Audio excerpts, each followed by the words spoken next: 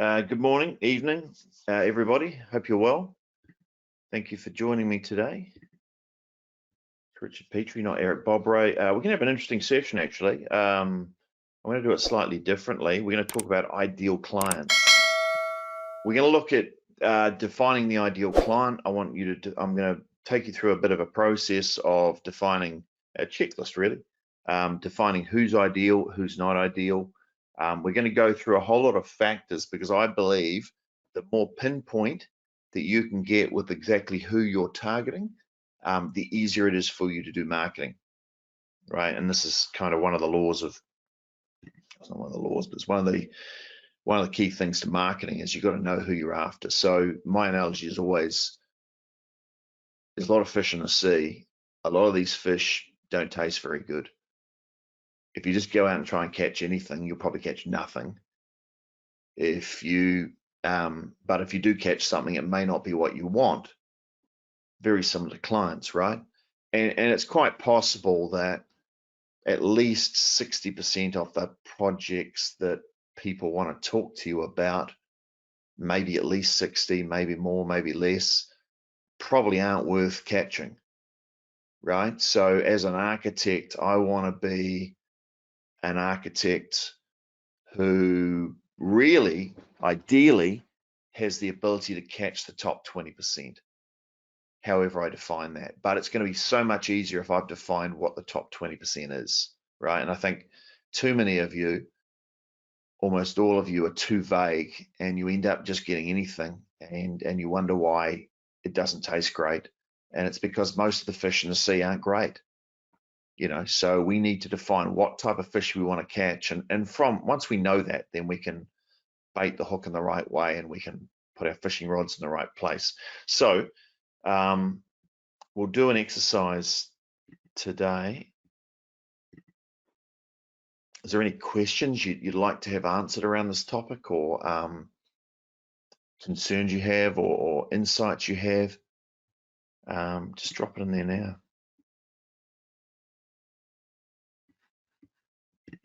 Okay, so Lee says defining your target group is crucial. Yeah. It is for marketing, and that doesn't mean they are the only type, it doesn't mean you're going to niche in that type of customer.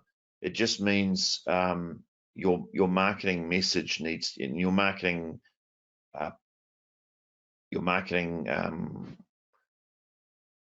campaign or your marketing system needs to be geared up specifically, laser targeted at one niche at a time. So if you want to target 2 different types of clients, you really need 2 different marketing messages set up within 2 different marketing systems or campaigns.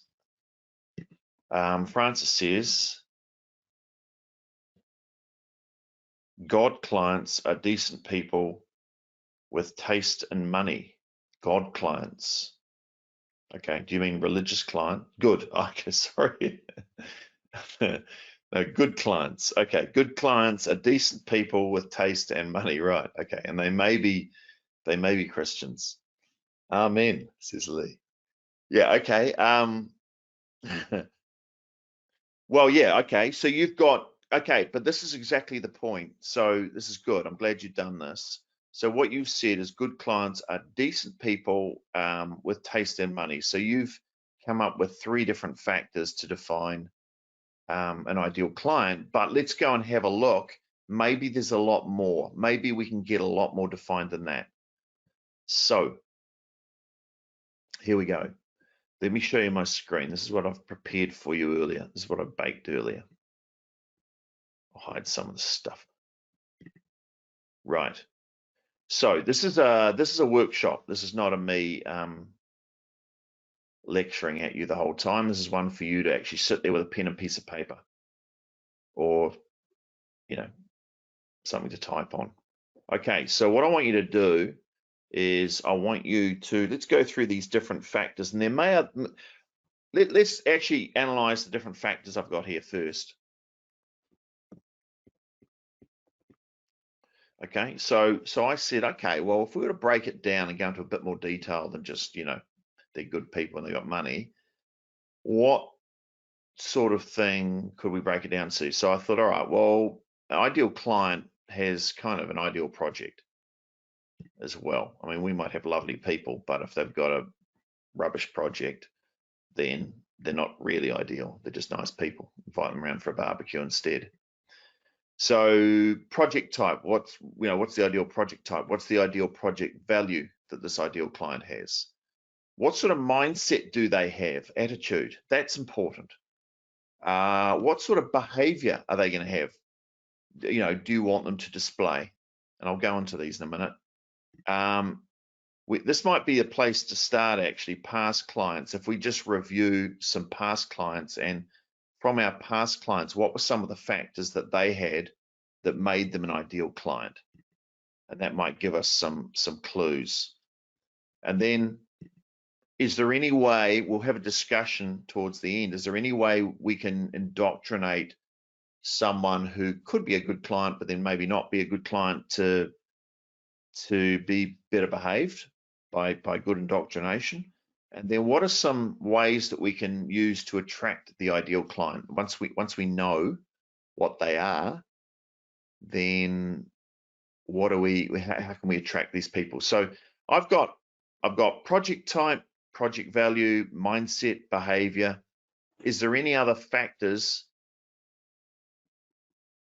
that, I suppose I might just move this. Are there any other factors that we could have on this list?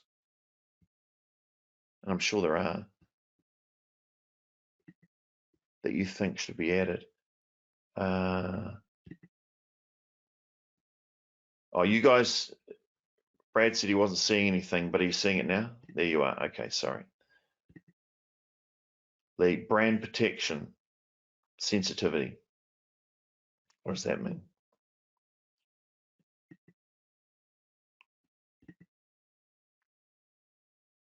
What do you mean brand protection? You mean it's a project type that fits with the one type of projects that you want to be known for? Is that what you mean? Experience with the process. Okay. Yeah, good. Yeah, okay. That might come under mindset. So we might put that under. So that might come as a one here.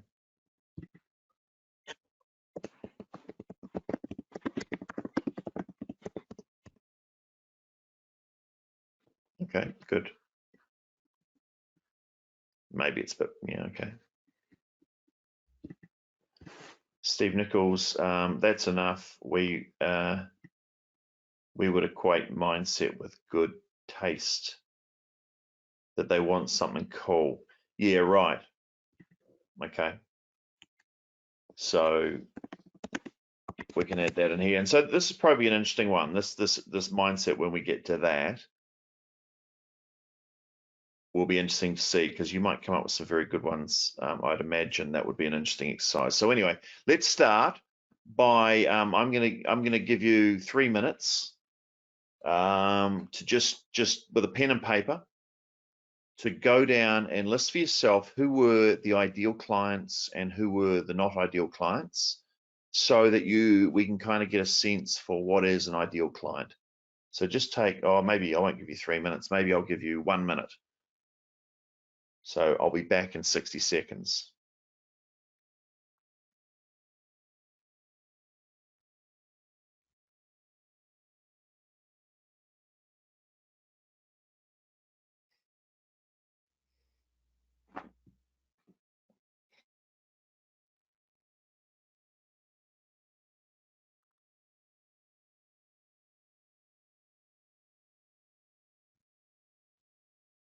And when you think of these ideal clients and maybe the not ideal clients, that'll probably answer a lot of these questions below as to why they're ideal.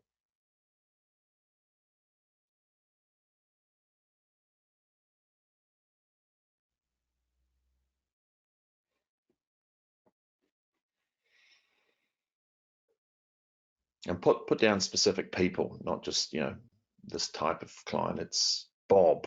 Bob was ideal, and Jane was an absolute nightmare. And why was Bob great?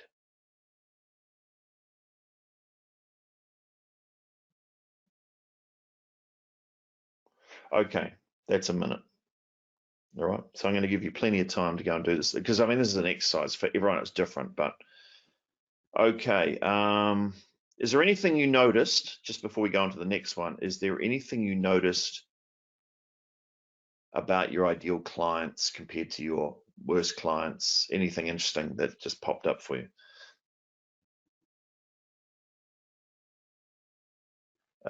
Lee Goodson says, do they have a sensitivity to what the public, tenders, customers, etc. think of their project image, quality, etc.? Do they have a sensitivity? Oh, that's what you mean by the brand thing. Okay. Eric Mickerton says, being a professional in their work life tends to let people treat their architect as a professional and defer to the architect's leadership. Okay. Okay, so that I'm going to add that in here. Right, so professional. Well, it's a mindset. Yeah, it's a mindset. It's a mindset. We could say occupation, couldn't we? Really, we could have occupation as a category, but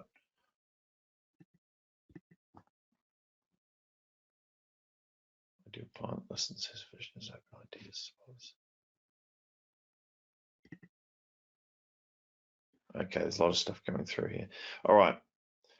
Okay, so next one. Now you've got a sense of what your past clients, who was ideal, who was not ideal. Jot down your ideal project type.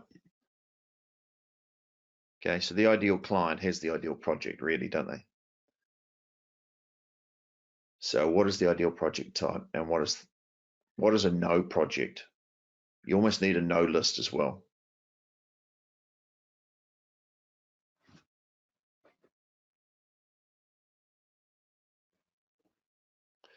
So ideal projects, I'll give you 60 seconds. This one probably wouldn't take you too long, but still.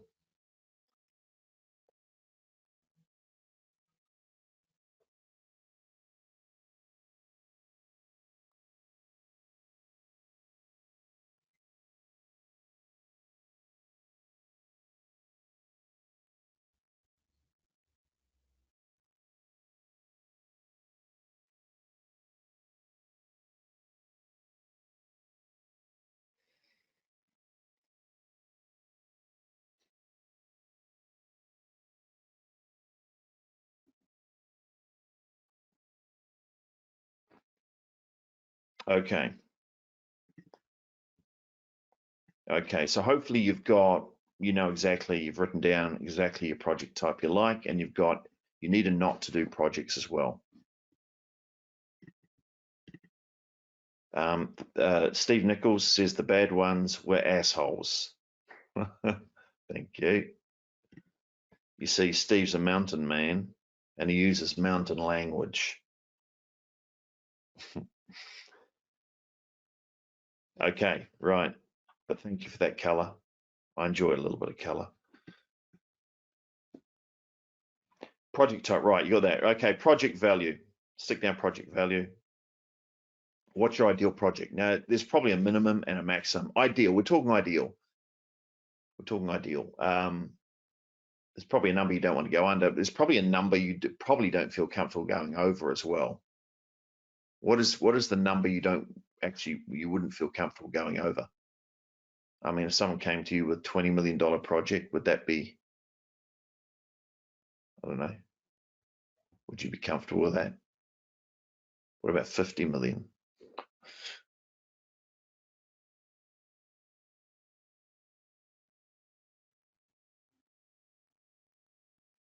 So have a think about that.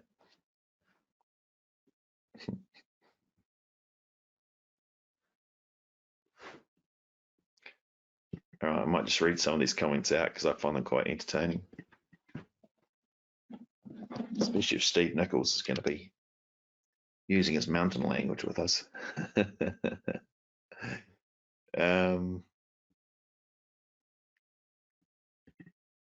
We would equate mindset with good taste, and they want something cool. Oh yeah, I've done that. Lee Goodson, ideal client listens, has vision, is open to ideas and well funded. Yeah, right. So listens. Okay, so I'm going to put that one in. Oops. Well, do they need the vision, or do they need, they certainly need to listen. Lee likes them to have vision. Kevin says trust versus lack of trust, right? So we're going to put this down as well.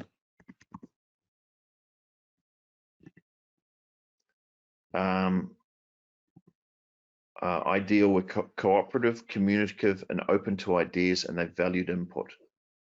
Okay.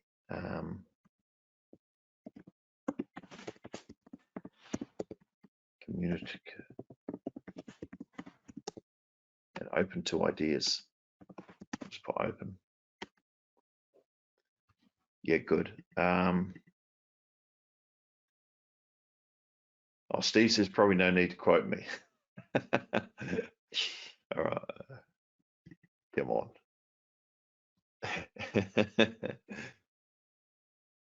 All right, well, I won't quote you next time. Say I like a little bit of color. It shows passion. Francis says architecture was important to them. They were highly educated, appreciated architectural history, liked to discuss design. Yeah, okay, well, that has, we'll call that, they value design. So that incorporates all those things. Negative clients tried to dictate everything in terms. Yeah, okay, well, not ideal.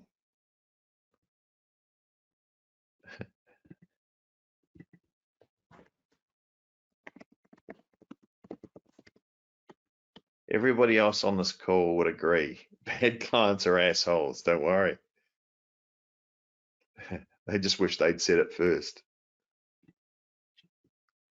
Negative clients, right. Try to dictate terms, yeah, conditions, controlling.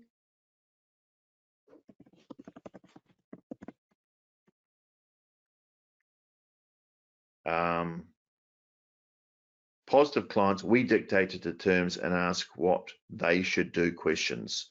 Right. Try to dictate everything. Okay, good.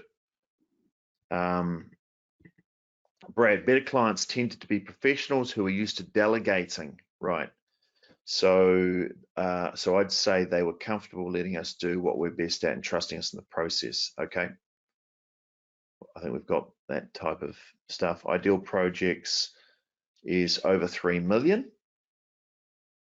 In jurisdiction, familiar. Project type, familiar. Site, not snake bitten. Oh, where do you live, Lee?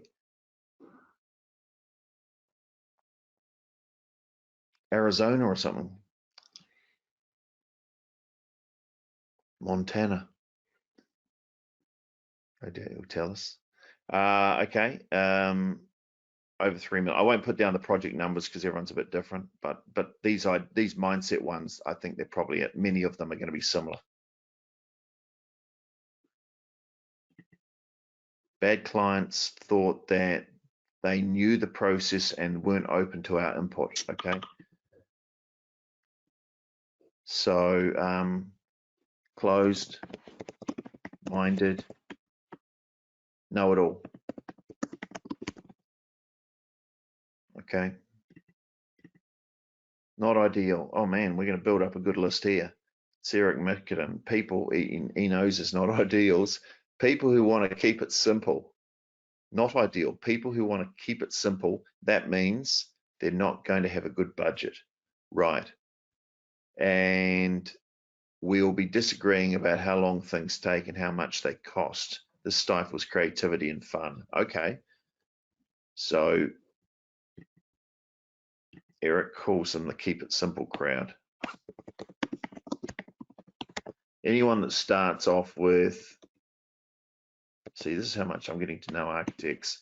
It's just it's only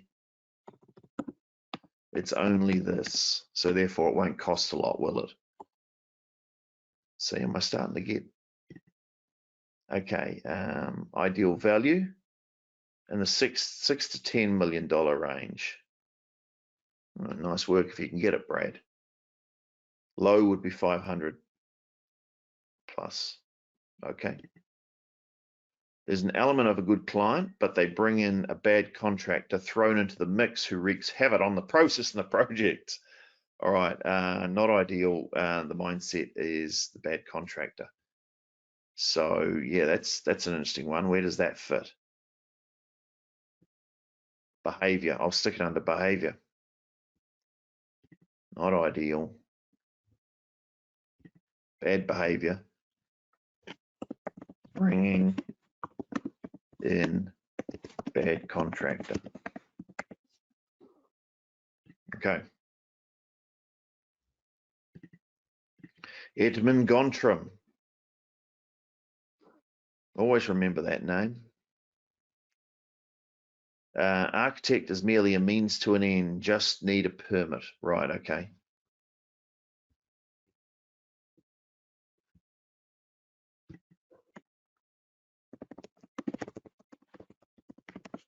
Okay, good. Micromanaging. Ideal clients who have their own home design software and have been doing things on their own, they will never let go of design. Yeah, right, okay.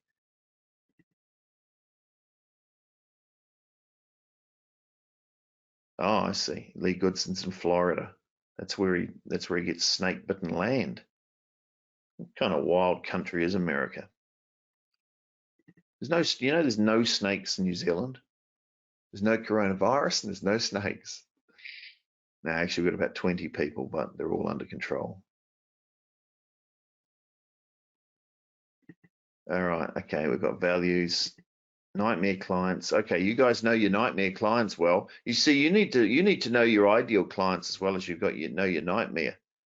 Elizabeth, Lee Goodson says unrealistic time and budget expectations, do not pay on time, are litigious, constantly change the design after approving previous, continuous VE, whatever that is, version extension maybe, changes without architect's involvement.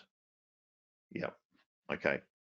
Okay. I won't load all those in. Right. So let's carry on.